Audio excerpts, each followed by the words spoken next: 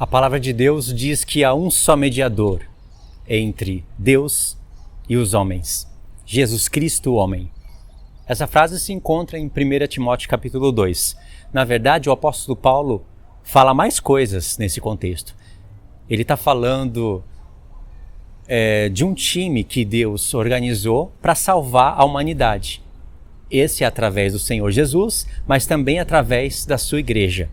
Por isso que ele está ali dando tarefas para homens, para mulheres, falando de episcopado, de diaconato e de como os homens devem proceder diante das nações e que eles devem levantar as mãos santas, orar em todo lugar, em todo tempo, orar pelos reis.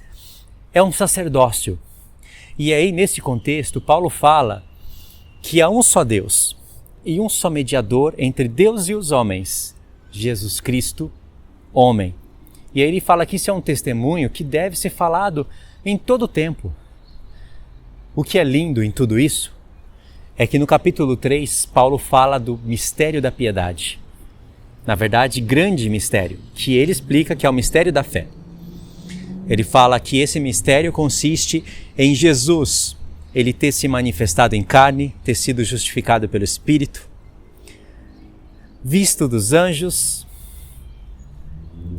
pregado entre os gentios, crido no mundo e recebido na glória. E grande é esse mistério mesmo. Até a sequência desses fatos se torna um grande mistério. E esses assuntos estão relacionados. E quando chega no capítulo 6 da mesma carta, Paulo fala da segunda vinda do Senhor e disse que haveria épocas determinadas que o Pai revelaria essa vinda. Isso tudo é incrível. Mas eu queria que vocês pensassem nisso. Quando Deus criou o homem, ele criou já com um propósito pré-estabelecido. Deus sabia tudo o que haveria de acontecer nesse mundo. Aliás, ele decidiu e escolheu fazer homens com poder de escolha. Deus sabia da queda do homem por causa do seu poder de escolha, sabia de tudo isso. E o diabo não frustrou o seu plano. Porque o homem continua sempre com escolha. No próprio livro da lei, Deus prova isso, quando ele diz que colocou diante de Israel a bênção e a maldição, a vida e a morte, e disse para eles escolherem o bem, se eles quisessem viver. Deus não poderia fazer isso para um povo que não tivesse escolha. Então, irmãos, esse assunto é muito lindo e ele tem que ser testemunhado por testemunhas fiéis. Não por igrejas caídas, por reverendos desviados da verdade. Esse é um testemunho que os justos devem dar do seu Senhor. O Senhor ainda quer se relacionar com um homem que tem poder de escolha. Porque o Senhor também arriscou isso no passado. Ele tomou uma decisão. Se ele não fizesse o homem com poder de escolha, ele não precisaria vir se entregar pelo homem. Mas como ele decidiu fazer o homem com poder de escolha, ele também sabia que ele ia ter que dar vida para resgatar todo esse potencial do homem. Muitos homens não serão salvos e não se salvarão, mesmo Deus chamando e mesmo Deus querendo, porque eles não querem e Deus continua sendo Deus. Isso foi testemunhado tanto na lei, como nos profetas, como no Novo Testamento inteiro. Mas homens desviados da verdade de Deus, eles torcem essa palavra diante dos nossos olhos. São homens que terão que dar conta por prevaricarem contra o Evangelho de Cristo. Imagine se Deus tivesse que retirar o poder de escolha do homem para ele poder salvar o homem, porque senão todo homem escolheria o diabo, e lá do inferno, se Deus abrisse o inferno e falasse para os homens saírem, se eles tivessem poder de escolha, eles iriam cuspir em Jesus e falar que eles preferem lá? Isso seria motivo de chacota no inferno. E é motivo de chacota, porque isso são pregados por pessoas que estão doentes na alma. Pessoas que não têm um mínimo de senso do que é amor. Estão com a mente cauterizada, porque esse tipo de pregação dá legalidade para o diabo chegar para Deus e falar o seguinte, e vocês vão concordar que isso é real. Você sabe que o diabo, ele ainda é acusador dos irmãos. Vai chegar um tempo em que ele não vai poder mais fazer isso, mas ainda ele é acusador. E ele poderia chegar na presença de Deus e lançar um desafio de chacota, na qual tanto o pai como o filho, como todos os anjos teriam que ficar quietos e abaixar a cabeça. O diabo poderia falar: você tirou o poder de escolha da sua criação. Logo no primeiro homem eu frustrei o seu trabalho. E depois você tem que tirar o poder de escolha deles. E tem que escolher por eles. Tem que escolher quem que você mata, quem que vai para o inferno. Só para mostrar que você é Deus. Eu não sei aonde que você se torna melhor do que eu nisso. E o mais vergonhoso, isso é o diabo discursando com Deus. Um discurso que inevitavelmente poderia acontecer. É um discurso que se encontra dentro dessa linha calvinista. Dessa linha de homens que estão perturbados e doentes e adoecendo outros homens. E aí, nesse discurso, o diabo poderia falar: se você não tira o poder de escolha da sua criação, todos escolheriam a mim. Nem a cruz do seu filho poderia fazer o homem escolher você. Nem a cruz do seu filho tem esse poder.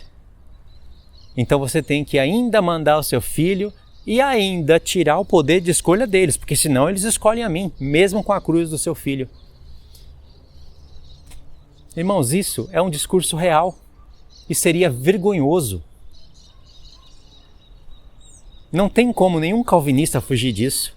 Não tem como eles falarem aquela loucura que eles falam. Ainda que eles continuam falando, mas é coração duro. A raça mais doentia dentro da linha evangélica não são os adventistas, não são os pré-tribulacionistas, são os calvinistas.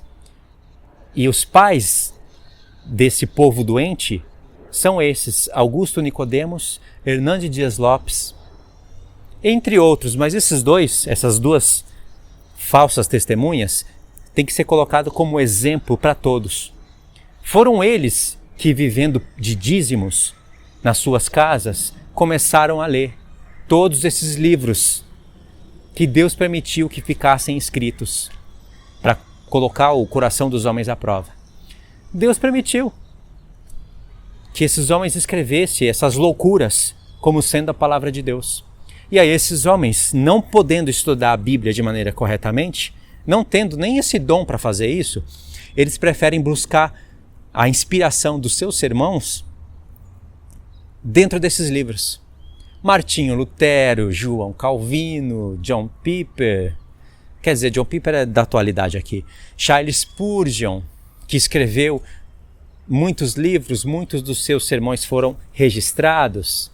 Então, esses homens de hoje, porque não conhecem a palavra de Deus, têm que buscar inspiração nesses livros. E eles trazem à tona esses ensinos, como se fosse a palavra de Deus.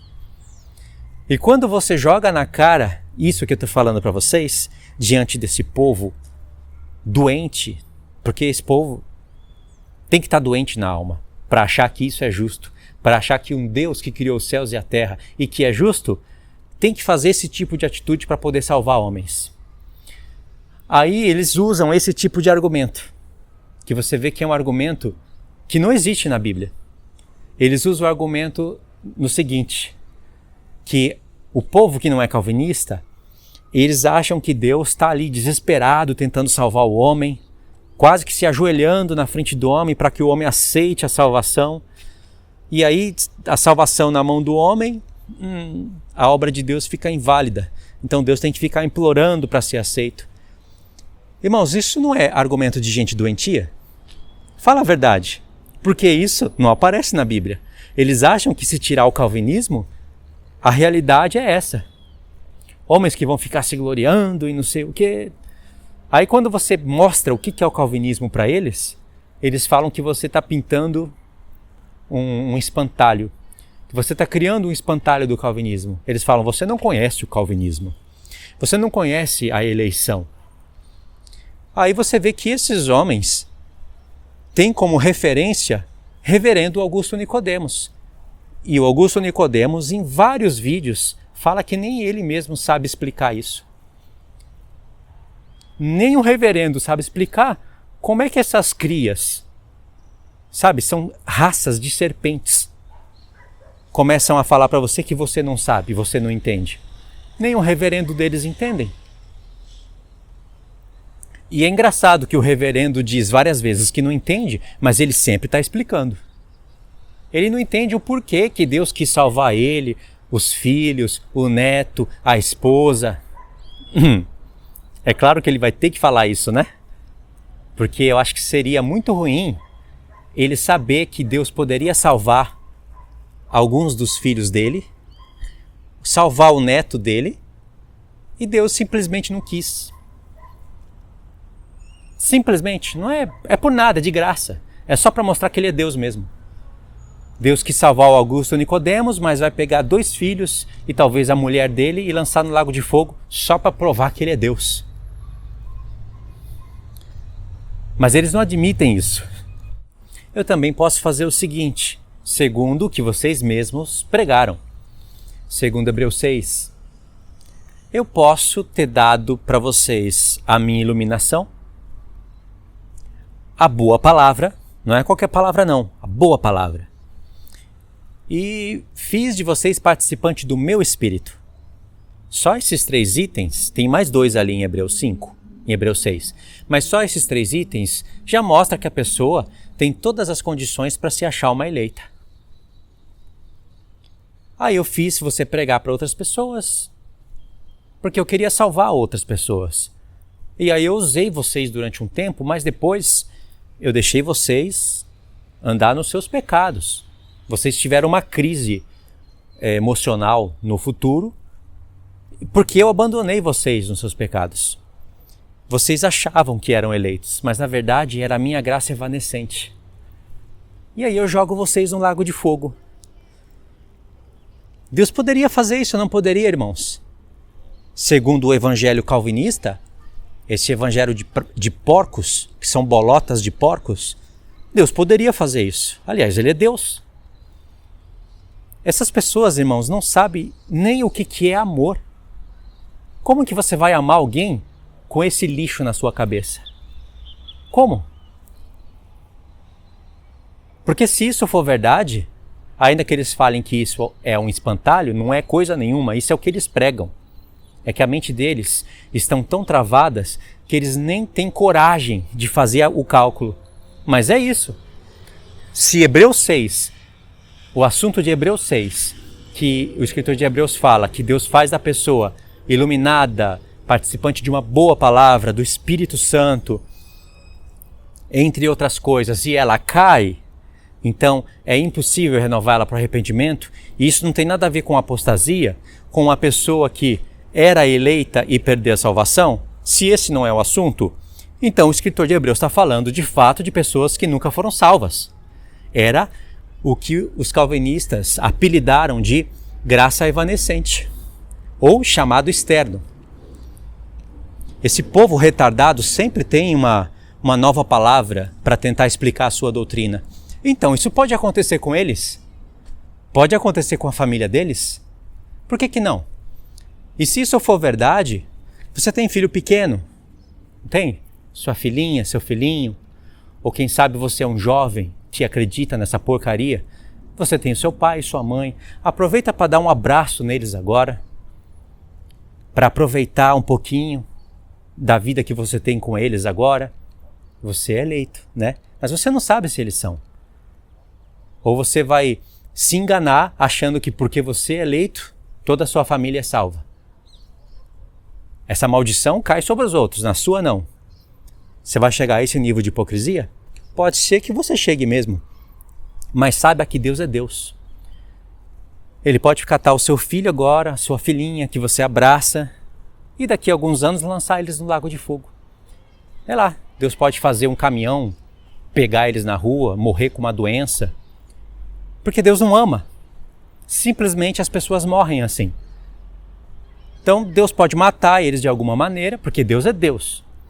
E depois, no dia do julgamento, joga no lago de fogo, na frente de vocês. E assim ele prova que ele é soberano. Fala a verdade, irmãos. Agora eu estou falando com irmãos. Esse povo não é doente da cabeça? Só por esse raciocínio que é bíblico e está dentro da mensagem deles, quer dizer, não é bíblico, mas está dentro da mensagem deles, só por esse raciocínio, esse povo já deve estar fora do reino de Cristo. Ué, um povo desse vai se assentar no trono para julgar? Paulo não fala que nós haveremos de julgar os homens e até os anjos? Eu não tenho coragem de me assentar num tribunal e fazer um julgamento sobre alguém que foi incapaz de fazer o bem. Vai estar escrito no livro das obras, essa pessoa pregou a palavra, ela pregou muito bem, ela tinha a palavra de Deus, ela teve o Espírito Santo, ela até se achava uma eleita, mas na verdade vai estar registrado no livro das obras, era uma graça evanescente. Então Deus, nesse ponto aqui, nesse ano, ele abandonou ela nos seus próprios pecados, porque ele tinha que provar que ele é Deus, ele não iria ficar feliz se ele não fizesse isso. E aí essa pessoa, depois que Deus abandonou, podendo salvá-la, essa pessoa cometeu isso, isso e isso, e ela é responsável pelas suas obras. Aí eu vou ter que julgar uma pessoa dessa e lançar ela no lago de fogo? Deus me livre de cometer uma loucura dessa, porque essa é exatamente a porca e nojenta mensagem calvinista. Quem dera se Augusto Nicodemos estivesse ouvindo as minhas palavras aqui. Deus vai cobrar muito caro desse homem. E não só dele não, Hernandes Dias Lopes. Deus vai cobrar caro dessas pessoas. Eram para elas estar pregando a realidade do dízimo, e não para transformar o dízimo em dinheiro e colocar no seu bolso. E ficar condenando os outros mais bizarros do que eles em relação a dinheiro. Eles são contra a Universal, são contra os apóstolos que a si mesmos se denominam apóstolos e bate forte contra eles. E eles acham que eles estão livres. Eu sei que Valdemiro Santiago é um demônio, eu sei, qualquer um sabe. Mas ele não prega essa nojeira calvinista. Ele não tem coragem de pregar uma imundícia dessa. Eu sei o que Edir Macedo é. Todo mundo que tem um pouquinho de bom senso sabe. Aí eles acham que eles estão fazendo muita coisa para o reino de Deus só porque eles estão contra essas pessoas. Coisa assim que até um ímpio pode ver que são pessoas perversas. E você acha que não é perversidade torcer o Evangelho de Cristo, pintar uma caricatura de um Deus demoníaco, doente, com distúrbio mental, e chamar isso de bíblico? Chamar isso de justiça? Acha que Deus não vai cobrar desses homens? Muitos desses homens nem entrarão no reino de Cristo. Como que eu sei disso? Porque eu conheço a palavra de Deus. Na mente desses homens, quando Jesus vier, sabe o que vai acontecer? Jesus vai salvar os calvinistas, ou seja, os eleitos, e o resto do mundo inteirinho vai para o inferno. Não restam nações. Olha, vai restar nações como? Como que nações vão restar? Na mente deles isso não cabe, não tem cabimento. Mas está escrito na palavra de Deus. Não restam nações, nada, só vai ser estipulado na vinda do Senhor Jesus um grande trono branco, porque eles acreditam que Jesus está reinando aqui, agora. Jesus está reinando.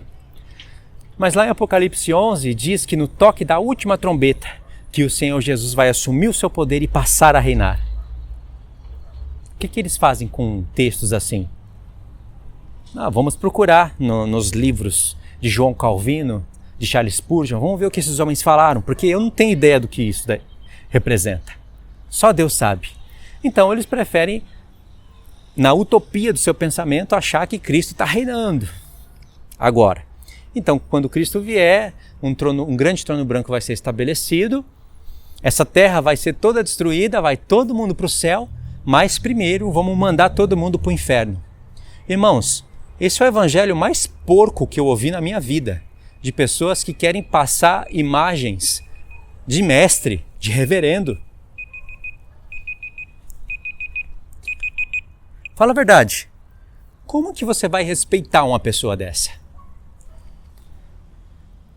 Aí tem pessoas que ouvem tudo isso e ainda tem a cara de pau de falar: vamos reter o que é bom.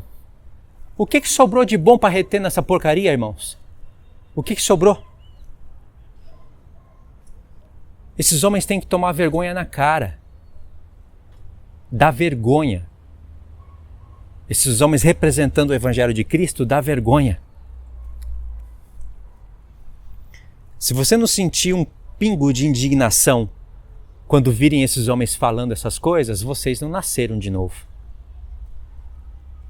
Vocês nasceram só a primeira vez e estão vivendo a vida de vocês, preocupados só com a vida de vocês. Porque quem faz uma perturbação dessa na casa de Deus, com a esposa de Deus e com os filhos de Deus, e não se importa, acha que isso é normal, cada um tem o seu pensamento, vamos reter o que é bom porque são nossos irmãos, vocês não nasceram de novo.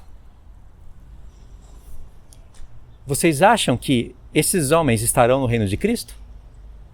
Não estarão. Não só por esses motivos, que são os mais graves, mas por outros. Muitos homens, irmãos, perdem a salvação por muito menos.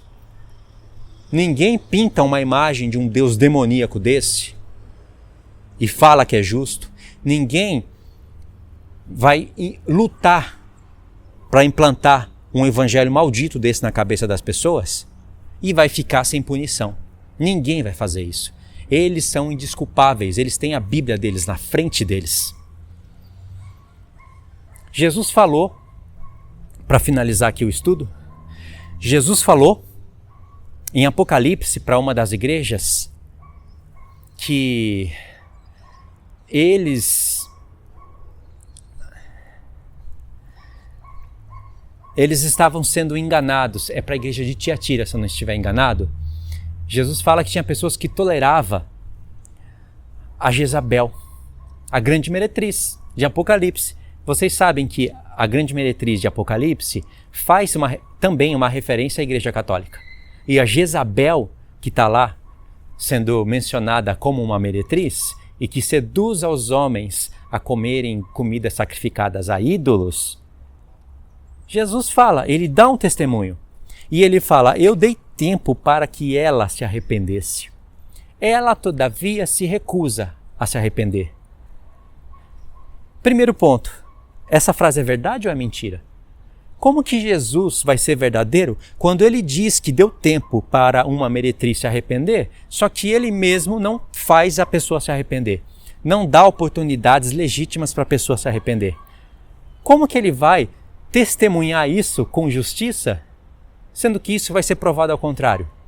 Eu mesmo, se fizesse parte dessa meretriz, no tribunal de Cristo, porque os homens vão poder se defender, é um tribunal, eu mesmo iria levantar a mão e iria falar, peraí, como que você deu tempo para eu me arrepender, sendo que você colocou em mim uma graça evanescente? Você me chamou, estendeu a mão para mim, mas eu nunca poderia pegar na sua mão porque simplesmente você não me quis. Irmão, se alguém levanta um testemunho desse contra Deus no dia do julgamento, Deus não tem resposta. Não teria. Mas ele vai ter resposta se realmente ele quis que a pessoa se arrependesse. Ele estava pronto a salvá-la, mas ela não quis. Ou essa pessoa andou nos caminhos dele por um tempo. Sabe qual é a prova que esses homens que eu mencionei, sem medo nenhum, serão indesculpáveis diante do Senhor? Essa é uma das provas. Jesus falou que deu tempo para ela se arrepender e ela se recusa a se arrepender. Veja a parte literal que eu acabei de falar e traça a parte profética. A parte profética é que a igreja está aí. A igreja católica está aí hoje. E ela se recusa a se arrepender. Aí Jesus fala, eu vou prostrar os seus filhos em grande tribulação. E todas as igrejas conhecerão. Esqueci o restante da frase. E todas as igrejas reconhecerão que eu sou aquele que sonda mente e corações. Eu acho que é esse o restante. Lindo, lindo, perfeito, justo e verdadeiro. Agora, na mensagem calvinista, o que eles iriam falar? O que esses perturbadores iriam falar? Outra coisa, eles falam que Jesus morreu só pelos eleitos. É a expiação ilimitada. Nenhuma gota de sangue de Jesus foi derramada por quem não foi eleito. Mas veja bem, Pedro fala na sua primeira carta, logo no início, ele está acusando homens, denunciando, e acusando homens que se esqueceram da purificação dos seus pecados.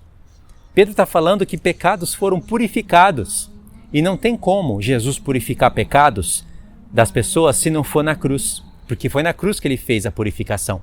Está em Hebreus 1 e Hebreus 9. E Pedro fala que esses homens se esqueceram da purificação dos seus pecados outrora perdoados. Irmão, se Jesus purificou a pessoa, perdoou a pessoa, somando com Hebreus, deu do Espírito Santo, da boa palavra, foi participante dos poderes do mundo vindouro, foi iluminada, e Deus nunca teve a intenção de salvar essa pessoa, esse Deus é doente. Mas na verdade o nosso Deus não é doente. A mente desses pervertidos que estão doentes. E se eles não se arrependerem, eles não vão poder nem sequer pôr o dedo no reino de Cristo. Pôr o pé, o dedão do pé. Porque o reino de Cristo é reino de justiça, paz e alegria. Esses homens pregam a injustiça. Que paz é essa que eles pregam? E como que uma pessoa vai sentir alegria em pregar um lixo desse? E tem vários outros exemplos, não são só esses não. São exemplos aqui que eu poderia dar 20, 30 voltas aqui e falar para vocês que não ia parar. Mas eles escolhem textos isolados, recortam esses textos. Na verdade eles não escolhem nada, já está tudo escrito nos livros de Charles Spurgeon, de Martinho Lutero, de João Calvino e entre outros pregadores. Já está tudo escrito. Eles só vão ali ler os livros enormes, grossos, e para tirar o seu sermão dali. Querendo o tempo todo ficar falando da mensagem calvinista, da eleição antes da fundação do mundo. Irmãos, para Deus eleger homens antes da fundação do mundo e para a mensagem da predestinação ser bíblica, você não precisa ser calvinista. Existe outro ponto de vista para você entender isso, onde não anula em nada a soberania de Deus. Eu vou estar falando disso para vocês em outros vídeos de maneira mais curta, porque aqui eu dei exemplos claríssimos. Claríssimos.